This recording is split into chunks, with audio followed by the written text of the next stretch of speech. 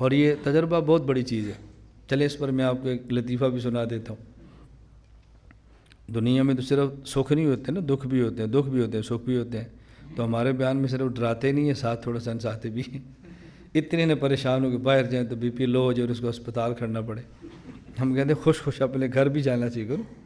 ہمارے حضرت حکیم صاحب رحمۃ اللہ علیہ اپنی مجلس میں کبھی ہفتے میں ایک بار صرف لطائف کا اہتمام کر دے، بھی آج صرف ان کو لطیفے سناؤ تاکہ ہنستے رہیں، خوش رہیں. اور حضرت اللہ اکبر امیر شریعت عطا اللہ شاہ بخاری رحمۃ اللہ علیہ، حضرت امیر شریعت عطا اللہ شاہ بخاری رحمۃ اللہ علیہ لاہور جاتے، حضرت احمد علی لاہوری رحمہ اللہ کی خدمت میں. حضرت شاہ جی جا کر لطیفے سنا کے ان کو خوش رکھتے تھے. حضرت شاہ جی فرماتے تھے کہ ہمارے شیخ ہر وقت غم زدہ رہتے ہیں، تو میرا دل کرتا ہے ان کا غم ہلکا کرنے کے لیے کچھ لطیفے بھی سنا دوں. ان کے مریدوں کو تو ہمت نہیں شیخ کو خوش کریں، اس لیے میں کوئی لطیفے سنا کر خوش کرتا ہوں. پھر شاہ جی لطیفے سناتے تھے. اب لطائف کی مجلس نہیں، میں تمہیں لطیفے بھی سناتا کہ شاہ جی کیا لطیفے سناتے تھے. آپ کو سن کر تعجب ہوگا کہ شاہ جی کیسے لطائف سنا کر حضرت کو خوش رکھا کرتے. لیکن ہمارے یہاں کیا ہے، آپ شیخ کو خوش دیکھ لیں تو آپ نے سمجھیں اس کو تو قبر کا ڈر ہی نہیں ہے، تو ہنس رہے، دانت نکالے، کیسا پیر صاحب ہے. اس لیے پھر کئی پیروں کو تھوڑا سا رونا پڑتا ہے کہ لوگ سمجھیں نہیں پیر صاحب ٹھیک ہے. تھوڑا سا رونا بھی پڑتا ہے. ہماری عادت ہے بس ہم ہنستے ہنستے بات کہتے ہیں.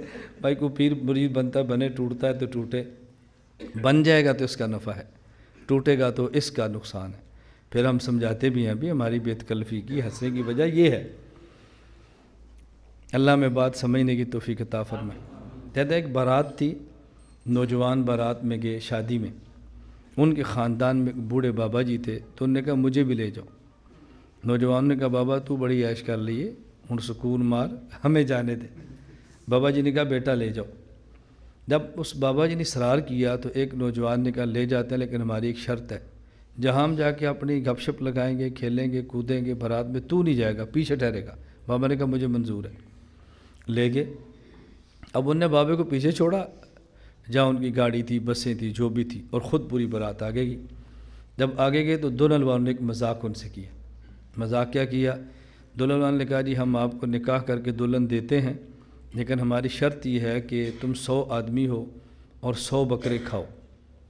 100 آدمی 100 بکرا کھاؤ، دلہن لے جاؤ. اگر تم 100 بکرا نہیں کھا سکتے ہم دلہن نہیں دیں گے.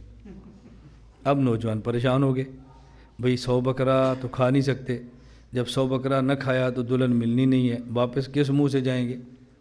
اب جب پھنسے نا تو انہوں نے کہا بابا جی سے پوچھو. جب پھنسے تو کہا بابا جی سے پوچھو، شاید اس کا وہ حل نکالے. تو بابا جی کے پاس گئے، بابا جی آتے گئے اور مشورہ تے دیو.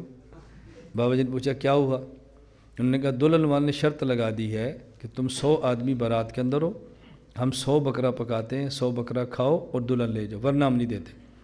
بابا جی نے کہا تم کہہ دو ہمیں منظور ہے، ہمیں منظور ہے. لڑکے بہت حیران، کیسے کھائیں گے؟ اس نے کہا چھوڑو تم کہہ دو ہمیں منظور ہے. ایک شرط تمہاری ہے، ایک شرط ہماری بھی ہے. ایک شرط تمہاری ہے 100 بکرا ہمیں منظور ہے، ایک شرط ہماری ہے. ہماری شرط یہ ہے کہ تم 100 بکرے اکٹھے نہیں پکاؤ گے، ایک بکرا بھونو گے ہم کھائیں گے، پھر دوسرا پکے گا. اب لڑکے خوش ہو کر گئے، انہوں نے کہا جی ہمیں منظور ہے، ہم 100 بکرا کھائیں گے تو لے کر جائیں گے، نہ کھا سکے تو نہیں لے کر جائیں گے، لیکن ہماری شرط یہ ہے پہلے ایک بکرا روسٹ کرو، ہم کھاتے ہیں، پھر دوسرا کرو، وہ کھاتے ہیں، پھر تیسرا روسٹ کرو، پوری رات لگ جائے ہم ادھر ہی ہیں. انہوں نے کہا جی ہم اپنی شرط چھوڑتے ہیں. اس نے کہا چلو ہم بھی اپنی شرط چھوڑ دیتے ہیں.